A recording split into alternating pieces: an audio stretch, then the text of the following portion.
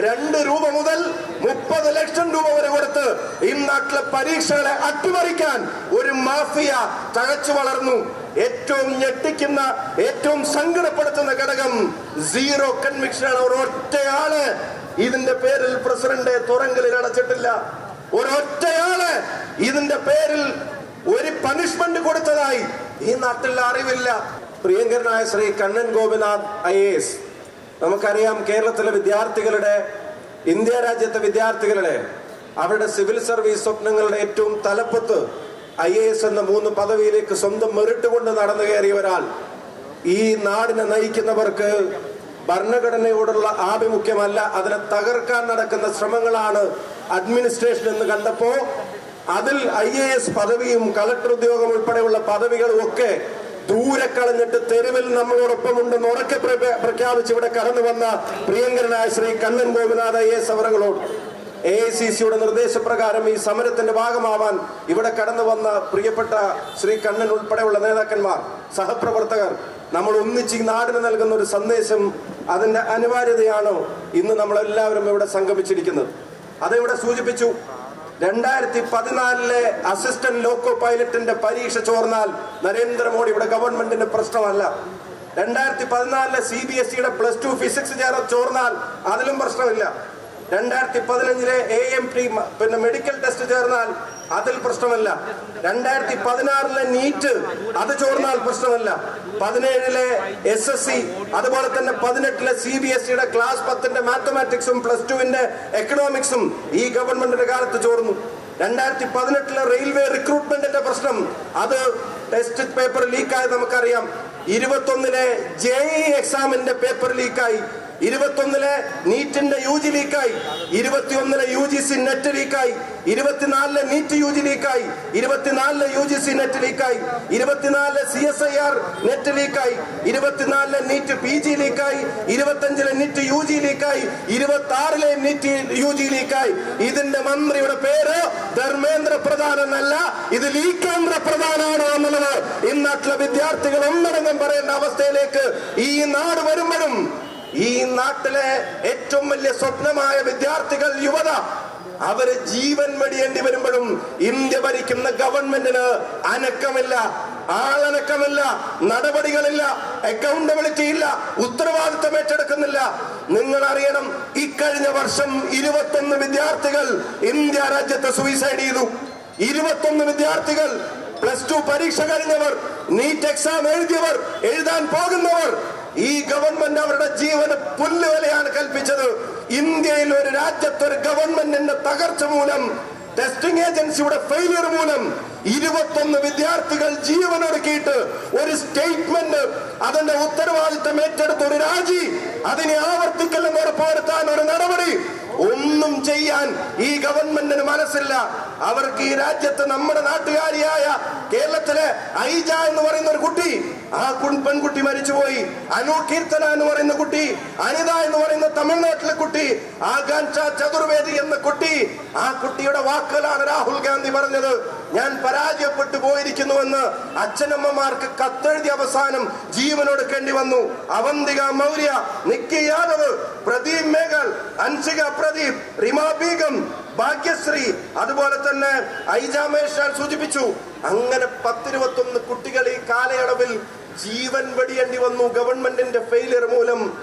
ഒരു കുട്ടിയുടെ ജീവൻ രക്ഷിക്കാൻ ഈ ഗവൺമെന്റ് നടപടികളുമായി വന്നു. രാജ്യത്തിന്റെ പ്രധാനമന്ത്രി വന്നു, രാജ്യത്തിന്റെ പൊതുവിദ്യാഭ്യാസ മന്ത്രി വന്നു, രാജ്യത്തിന്റെ അന്വേഷണ സംവിധാനങ്ങൾ വന്നു. നേരത്തെ ഇവിടെ പ്രിയപ്പെട്ട കണ്ണൻ ഗോപിനാഥ് അദ്ദേഹം സൂചിപ്പിച്ചു, നാട്ടിലുണ്ടായ ലീക്കുകളുടെ എണ്ണം 10 വർഷം കൊണ്ട് 89-ലധികം ചോർച്ച ഈ ഗവൺമെന്റിന്റെ കാലത്തുണ്ടായി. അതിൽ 48 തവണ കുട്ടികൾ റീടെസ്റ്റ് എഴുതേണ്ടി വന്നു. 22 പരീക്ഷകൾ അത് റദ്ദ് ചെയ്യേണ്ടി വന്നു. 67 ലക്ഷം കുട്ടികളെ ഒന്നിച്ചു ബാധിച്ചതുവരെയുള്ള പ്രയാസങ്ങൾ ഈ ഗവൺമെന്റിന്റെ പരാജയം മൂലമുണ്ടായി. 2 രൂപ മുതൽ 30 ലക്ഷം രൂപ വരെ കൊടുത്ത് ഈ നാട്ടിലെ പരീക്ഷകളെ അട്ടിമറിക്കാൻ ഒരു മാഫിയ തഴച്ചു വളർന്നു. ഏറ്റവും ഞെട്ടിക്കുന്ന, ഏറ്റവും സങ്കടപ്പെടുത്തുന്ന ഘടകം സീറോ കൺവിക്ഷനാണ്. ഒരൊറ്റയാള് ഇതിന്റെ പേരിൽ പ്രസിഡന്റ് തുറങ്കലിൽ അടച്ചിട്ടില്ല. ഒരൊറ്റയാള് ഇതിന്റെ പേരിൽ ഒരു പണിഷ്മെന്റ് കൊടുത്തതായി ഈ നാട്ടിൽ അറിവില്ല. ആകെ താൽക്കാലികമായി സസ്പെൻഡിനെയോ റിമാൻഡ് കാലയളവിനെയോ ജയിലിൽ നിന്ന് ബെയിൽ കിട്ടി ഇറങ്ങിയാൽ പിന്നെയും ഈ പണി ചെയ്യുമെന്ന് പ്രഖ്യാപിക്കുന്ന BJP-യുടെ MLA-മാർ ഉൾപ്പെടെയുള്ള ആളുകളെ നാട്ടിൽ കാണേണ്ടി വന്നു. രാജ്യത്തെ കുട്ടികൾ ജീവനെടുക്കുമ്പോ ഇന്ത്യയുടെ പ്രധാനമന്ത്രിയുടെ ജോലി എന്താ? രാജ്യത്തെ കുട്ടികൾ 21 പേർ ജീവനെടുക്കുമ്പോ ഇന്ത്യയുടെ പ്രധാനമന്ത്രി PMC-യെ പിളർത്താൻ നടക്കുകയാണ്. ഇന്ത്യയുടെ പ്രധാനമന്ത്രി ശിവസേനയെ പിളർത്താൻ നടക്കുക. ഇന്ത്യയുടെ പ്രധാനമന്ത്രി ആം ആദ്മി പാർട്ടിയെ പിളർത്താൻ നടക്കുക. നിങ്ങൾ അറിയണം, BJP-യെ RSS-നെ അതിനെ തകർക്കാൻ ഈ നാട്ടിൽ അവരുടെ ഭരണകൂടത്തിന്റെ ഈ നാട്ടിന്റെ ഭരണഘടനാ വിരുദ്ധ നയങ്ങളെ ചോദ്യം ചെയ്യാൻ രാഹുൽ ഗാന്ധിയുടെ ലീഡർഷിപ്പിന്റെ കാര്യത്തിൽ സംശയം പ്രകടിപ്പിക്കാൻ ഇവിടെയുള്ള ചില CPM ഉൾപ്പെടെയുള്ള ചില കക്ഷികൾ പ്രാദേശികമായ പ്രസ്ഥാനങ്ങളൊക്കെ എടുത്തു പറഞ്ഞിരുന്നു. വേറൊരു മുന്നണിയെ പറ്റി പറഞ്ഞിരുന്നു. ഇപ്പൊ രാജ്യം തിരിച്ചറിയുന്നുണ്ട് നരേന്ദ്രമോദിയുടെ ഭരണഘടനാ വിരുദ്ധതയെ, അമിത്ഷായുടെ ഭരണഘടനാ വിരുദ്ധതയെ, BJP-യുടെ അജണ്ടകളെ, RSS-ന്റെ അജണ്ടകളെ അതിനെ നെഞ്ചു വിരിച്ചെതിർക്കാൻ ഇന്നാട്ടിലെ ചെറുപ്പക്കാരെന്നിച്ച് തെരുവിലിറങ്ങാൻ ഇന്ന് കെൽപ്പുള്ള പ്രസ്ഥാനമുണ്ടെങ്കിൽ, ഇന്ന് കെൽപ്പുള്ള ഒരു നേതാവുണ്ടെങ്കിൽ അത് രാഹുൽ ഗാന്ധിയുടെ കോൺഗ്രസ് ആണോ എന്ന് ഇന്നാട്ടിലെ വിദ്യാർത്ഥികൾക്ക്, യുവതയ്ക്ക് ബോധ്യപ്പെട്ട രാഷ്ട്രീയ കാലാവസ്ഥയിലാണ് നമ്മൾ മുന്നോട്ട് പോകുന്നത്. അതുകൊണ്ട് അദ്ദേഹം നമ്മളെ വിളിക്കുന്നു. ഓഗസ്റ്റ് 9-ന് ഡൽഹിയിലേക്ക് നമ്മളെ വിളിക്കുന്നു. നാട്ടിലെ ലക്ഷക്കണക്കിന് വിദ്യാർത്ഥികളെ വിളിക്കുന്നു, യുവജനങ്ങളെ വിളിക്കുന്നു. ആ സമര പരമ്പരക്ക് തുടക്കം കുറിക്കുകയാണ്.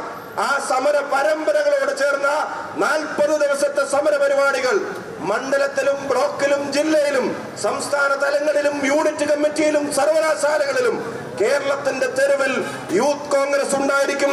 കേരളത്തിന്റെ തെരുവിൽ KSU ഉണ്ടായിരിക്കും. കേരളത്തിന്റെ ക്യാമ്പസുകളിൽ ഒരു കൊടുങ്കാറ്റായി KSU പ്രസ്ഥാനം, തെരുവിൽ ഒരു കൊടുങ്കാറ്റായി യൂത്ത് കോൺഗ്രസ് പ്രസ്ഥാനം ഈ സമര രംഗത്തുണ്ടാകും. ഞങ്ങൾ വെറും ഭരണവിലാസ സംഘടനക്കാരെ പോലെ ഭരണം കിട്ടുമ്പോ ഉറങ്ങിക്കിടക്കാൻ ആഗ്രഹിക്കുന്നവരല്ല. വിദ്യാർത്ഥിയുടെയും യുവതയുടെയും പ്രശ്നം വന്നാൽ, തെരുവിൽ ഇറങ്ങേണ്ടി വന്നാൽ തെരുവിൽ ഇറങ്ങുമെന്ന് ഉറച്ച പ്രഖ്യാപനമാണ് ഈ സമര പ്രഖ്യാപനം. ആ സമര പ്രഖ്യാപനത്തിന്റെ വിശദാംശങ്ങൾ KSU പ്രസിഡന്റും യൂത്ത് കോൺഗ്രസ് പ്രസിഡന്റും നിങ്ങളുടെ മുമ്പിൽ വ്യക്തമാക്കും. ഈ ദിവസങ്ങളിൽ നടപ്പിലാക്കാൻ പോകുന്ന സമര പരിപാടികൾ, അതിന്റെ പ്രഖ്യാപനം ഈ വേദിയിൽ നടക്കും.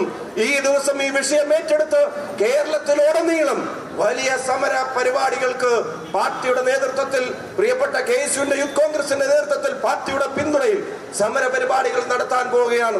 പ്രിയപ്പെട്ടവരെ, ഓഗസ്റ്റ് 1-ന് നടക്കുന്ന സമര പരിപാടി ഉൾപ്പെടെ ഇവിടെ നേതാക്കന്മാർ നിങ്ങളോട് വിശദീകരിക്കും, അതിവിടെ പ്രഖ്യാപിക്കും.